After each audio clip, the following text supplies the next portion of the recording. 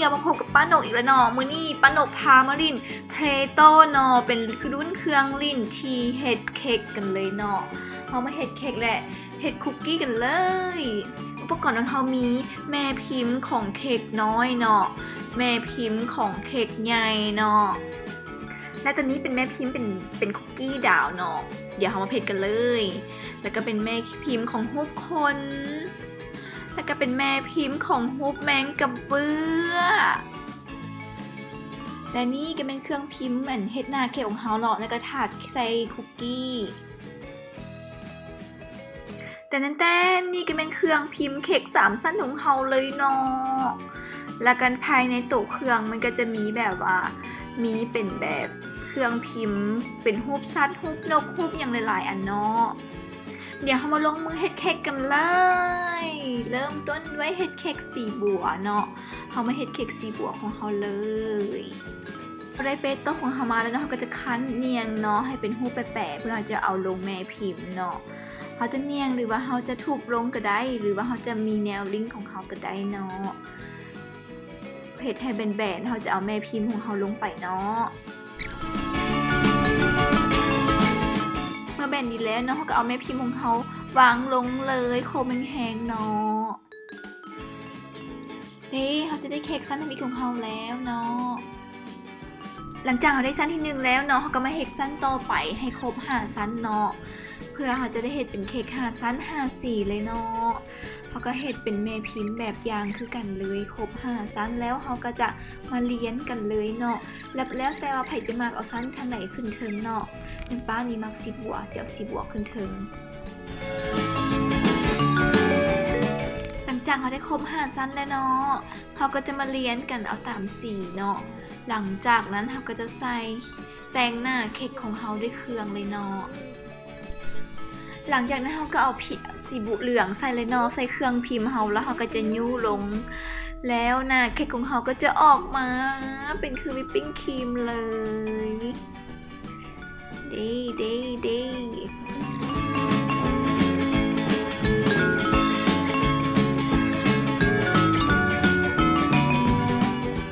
เย้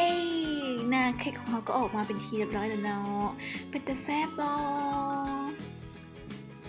แล้วก็ไม่เฮ็ดเค้กสีทะเลของเขาเลยเนาะ3ชั้นด้วยเครื่องพิมพ์เมเปียน3ชั้นของเขาเลยเนาะเขาก็กดแน่นๆเข้าไปเลยกดเย้เค้กของเขาก็จะติดออกมาแล้วเขาก็จะตัดขอบของเขาออกเนาะหลังจากนั้นเขาก็จะไม่เฮ็ดหน้าเค้กสีบวกของเขาเลยเนาะเขาจะเนียงแล้วเขาจะกดเข้าไปเครื่องพิมพ์กลางหัวใจเขาได้กลางหัวใจของเขาออกมาแล้วเขาก็จะตัดขอบออกเพื่อมาหย่องใส่เค้กของเขาและหน้าตาเค้กของเขาก็ออกมาเป็นงามแล้วเป็นตัวแซ่บบอเขาก็ใช้ถาดพร้อมเสิร์ฟกันเลยหลังจากนั้นเขาก็จะไม่ให้คุกกี้วงมนเนาะแล้วเขาจะใส่ทั้งหน้าเป็นรูปอย่างดีเดี๋ยวมาเบิ่งกันเลยคุกกี้เป็นรูปวงมนแล้วเนาะเขาก็ไม่เฮ็ดหน้าด้วยเป็นรูปตัวหมีเป็นแม่พิมพ์เนาะเป็นตัวแซ่บบอหลังจากนั้นเขาก็เมคคุกกี้เป็นดาวเนาะแล้วเขาก็จะใส่ท็อปเขาจะใส่ทางเทิงเป็นสีอย่างดีเนาะเอาเป็นกลางหัวใจเนาะเป็นกลางหัวใจสีฟ้ากันแล้วกันเนาะเป็นตัวแซ่บปอหลังจากนั้นเขาก็ไม่ให้คุกกี้เป็นรูปคนเลยเนาะเขาจะใส่ตาให้เราพร้อมใส่ตาของเราแล้วเขาก็จะลืมใส่ปากให้เรายิ้มพร้อมหลังจากนั้นเราก็จะมาปั้นเครื่องคุกกี้น้อยของเขาเลยเนาะใส่ถาดเนียนและแต่เอาตามรูปทรงที่เขาต้องการเลยเนาะรูปทรงที่มันอยู่ในเครื่องพิมพ์เขาก็ปั้นเป็นก้อนแล้วเขาก็จะเน้นใส่รูปทรงที่เขามักแล้วเขาก็จะดึงขึ้นมาก็จะได้เป็นก้อนกันคุกกี้ของเขาเลยเนาะ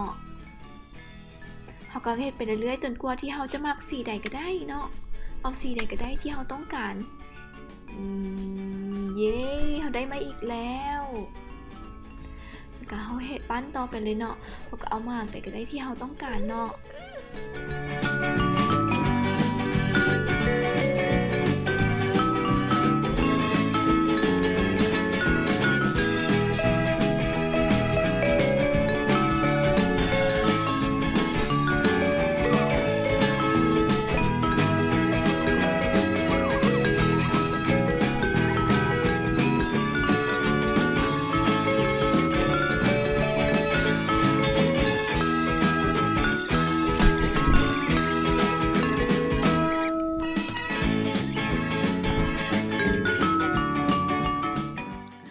ก็จะมาเฮ็ดเค้กเพิ่มกันเลยเนาะหลากหลายสีสันของเขาเลยเนาะเขาเป็นเฮ็ดเค้ก3ชั้น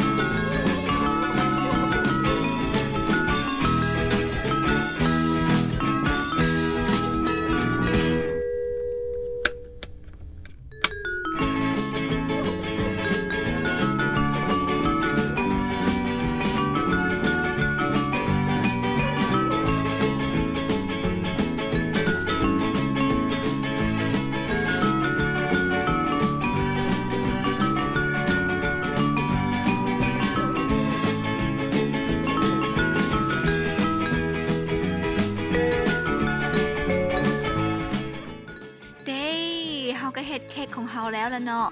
นี่เฮาก็มาพร้อมเค้ก3ชั้นแต่งหน้าด้วยหัวใจสีบัวแล้วเฮาก็มาเฮ็ดคัพเค้กสีส้มและนี่เป็นเค้กของเฮาเลยเนาะวันนี้เฮาอายุ1 ปีเฮาก็เลยใส่เค้กปี1อันนี้เค้ก3ชั้นทั้งสีบัวเข้มและสีบัวอ่อนเป็นรูปตัวโคนทั้งเทิงเนาะคุกกี้ของเฮาเต็มเลยหลากหลายสีสันแล้วเขาก็จะมีคุกกี้เป็นกาดดาวที่ยิ้มได้แล้วก็เป็นคนที่มีหอยยิ้มหวานๆหลานมักบอคันหลานมักกดติดตามป้าในเด้อคันเทื่อต่อไปป้าหลานอยากเบิ่งเฮ็ดหยังแล้วบอกป้าในเด้อบ๊ายบาย